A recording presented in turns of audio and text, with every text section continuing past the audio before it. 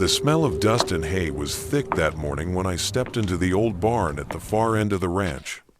The air felt still, too still, as if time itself had stopped moving in there decades ago. When I pushed the door open, it groaned under its own weight. Sunlight pierced through thin cracks in the walls, spilling golden lines across the wooden floor like faded memories. There was silence, only broken by the soft hum of the wind. I was just searching for a place to store tools, nothing more, until my boot struck something metal beneath the straw. It wasn't big, maybe the size of a shoebox, half buried, rusted over time. I brushed off the hay, and there it was, a small lockbox with an old leather diary inside. The initials on the cover were faint, but unmistakable. J. My hands froze. Could it really be him? The man who built an empire, who had everything: power, family, enemies, and lost it all by his own hand? The man who, to this very day, people still talk about as if he were alive? J.R. Ewing. The diary felt heavy, like it carried more than just ink and words. It carried weight. I opened it slowly, the pages stiff, the edges yellowed with time. April 3rd, 1987. They think I've lost control, but I've never been more in charge of my destiny. The oil fields may dry, the family may crumble, but J.R. Ewing always finds a way. I could almost hear his voice reading it aloud, sharp, confident, and soaked in arrogance. Every line sounded like him, that same mixture of charm, danger, and control.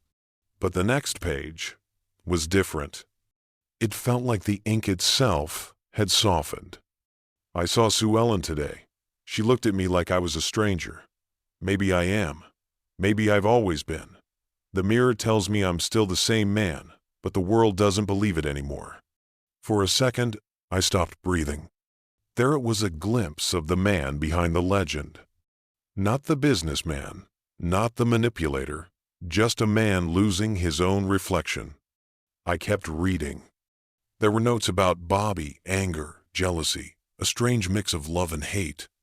Lines about Southfork, the oil deals, and sleepless nights spent wondering who was next to betray him. Each entry felt like a confession, not of crimes, but of regrets. Then, something fell from between the pages. A photograph. A younger J.R. standing beside a woman I didn't recognize.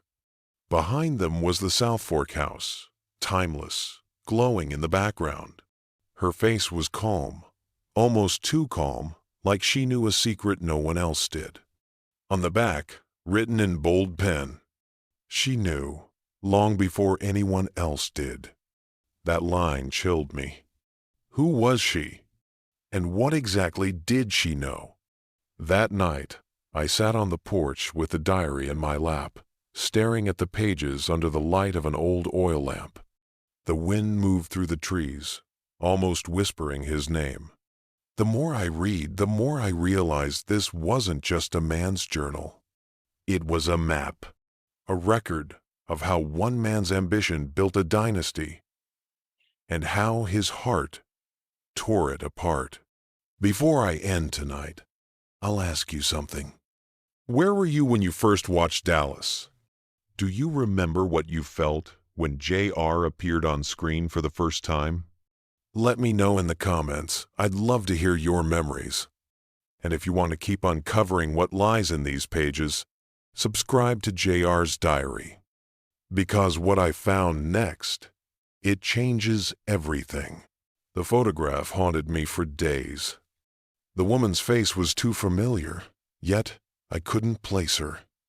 There was something about her smile, polite, reserved, that didn't match the warmth of the photo. The diary had no direct mention of her name, but the next few pages hinted at betrayal. Subtle at first, then painfully clear. April 9th, 1987. and 87. Bobby thinks he's won. He always does. But she's the one I should have kept my eyes on. She knows where the bodies are buried, maybe. Literally. I read that line 3 times. Was it a metaphor, or did he mean it? J.R. wasn't known for exaggeration. He was known for precision. The following entries grew darker. Mentions of late-night phone calls, a meeting at the ranch, a heated argument that ended in silence. I flipped another page, and that's when the ink looked smeared, as if it had been written in a rush. She's gone. They say she left town, but I know better. She didn't leave. She vanished. The air in my room felt heavy. I looked again at the photo, and for the first time noticed her hand on JR's arm wasn't relaxed. It looked tense, almost as if she was holding on for dear life. Who was she? A lover? An enemy? Both? The diary didn't say much more, but at the bottom of one page, scrawled hastily, "If this book is ever found, don't trust the man in the hat." I laughed nervously when I read that. But the next morning, when I went back to the barn, there were fresh footprints in the dust. Someone had been there. The door was slightly open, swinging slowly. And the box, the rusted metal box where I found the diary, was gone. That was the moment I knew. This wasn't just a story about a man long dead. It was something living, breathing, unfinished. And now, it had found me. If you want to know who she was and what JR meant by the man in the hat, stay with me, subscribe to JR's diary, and turn on notifications. Because the next chapter may reveal a truth no one from Southfork ever wanted told. The night I realized the box was missing, I barely slept. The barn door had been left open. The wind howled through it like something alive, whispering secrets I wasn't ready to hear. Whoever had been there knew exactly what they were looking for. The diary was still with me, but the box it came from, gone. The next morning, I went back inside, scanning every inch of that dusty floor.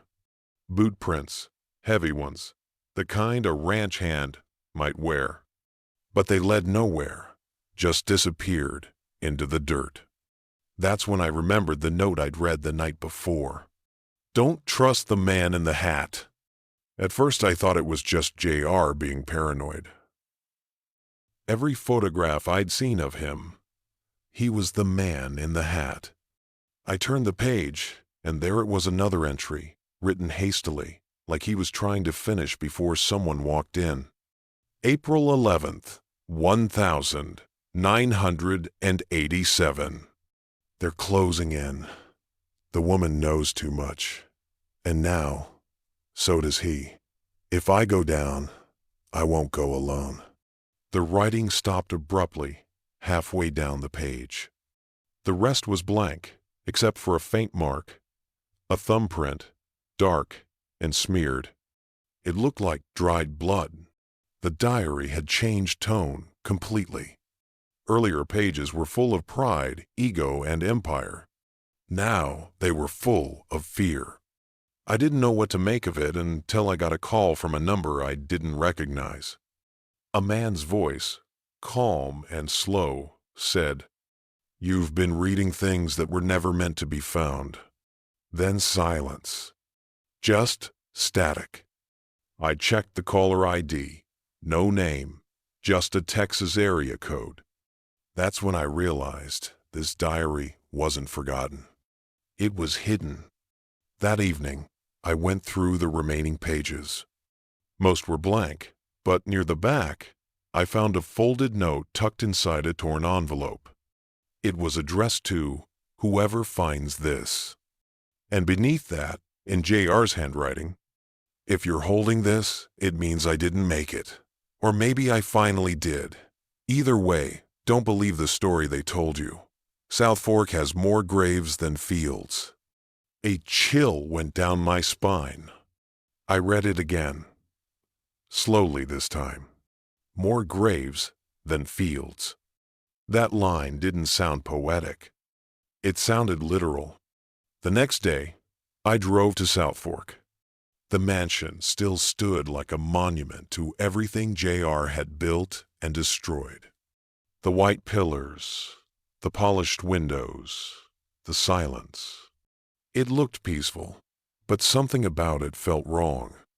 Too clean, too perfect. When I knocked, no one answered. But I wasn't alone.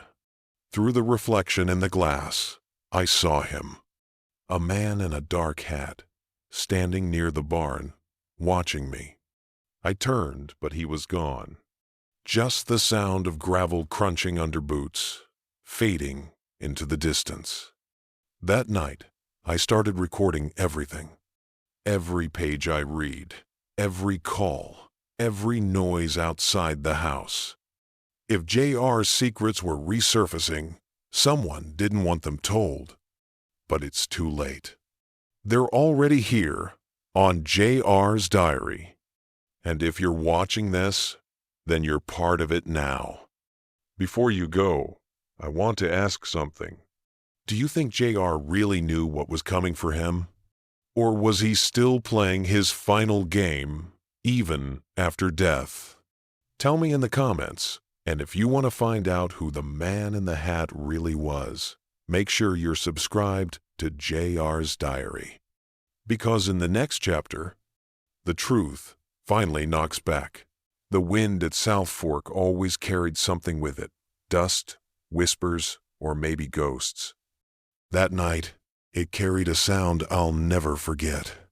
The faint echo of boots walking across gravel. I thought I was alone. I wasn't. The man in the hat was back. I could see his shadow through the barn door, long and still, as if he were waiting for me to move first. My pulse pounded like a hammer. He didn't say a word, just stood there, breathing. And then he was gone again. But this time, he left something behind. A folded note, wedged under the diary on my desk. It read, "You're digging where you shouldn't." Some secrets were buried for a reason. I looked at the handwriting. It wasn't J.R. Someone else was watching me read his words. I spent the next day reading deeper into the diary. The final pages were written in shaky handwriting, the kind that comes from either fear or whiskey. April 15th, 1987. They're not after the oil. They're after me. They think burying the past will keep them safe. But I know where the bodies are, and I'm not the only one. The word bodies stuck in my head like a thorn. Southfork wasn't just a home. It was a stage. Every secret, every lie, every betrayal had happened here. But buried? That was something new. I remembered what JR wrote earlier. Southfork has more graves than fields. So I started looking. Behind the main house, near the fence line, there were patches of ground where the grass didn't grow right. Old soil. Disturbed. I brought a flashlight and started digging. A few inches down, I hit something hard, not bone, not wood metal. It was another box. Smaller, darker, sealed with mud. Inside was a stack of letters, all written to one person, Sue Ellen. The letters weren't romantic. They were desperate. Apologies. Threats. Promises that turned to guilt halfway through the page. "You were right about her," one letter read. The woman in the photograph, she never left. They made sure of it. I dropped the paper. For a moment, the world tilted. It wasn't a metaphor. It was a confession. The woman in the photograph, she hadn't vanished. She was buried here. I heard a noise behind me, gravel crunching again. The man in the hat stood by the fence, arms crossed, watching. He didn't speak. And then he pointed not at me, but at the ground, right where I'd been digging. The wind howled, carrying dust across the moonlight. When I looked back up, he was gone again, but his hat lay on the dirt next to the letters. Inside the hatband was a note, written in J.R.'s unmistakable hand. If you're reading this, then the game's not over. Southfork was never about oil. It was about loyalty and the price of losing it. The next morning, I packed the diary, the letters, and that hat into my car. I wasn't sure if I'd uncovered the truth or just stepped into another one of JR's games. But one thing was certain, someone still wanted these secrets buried. I drove away from the ranch as the sun came up behind me, lighting the house in gold. It looked peaceful again, like nothing had ever happened. But I knew better.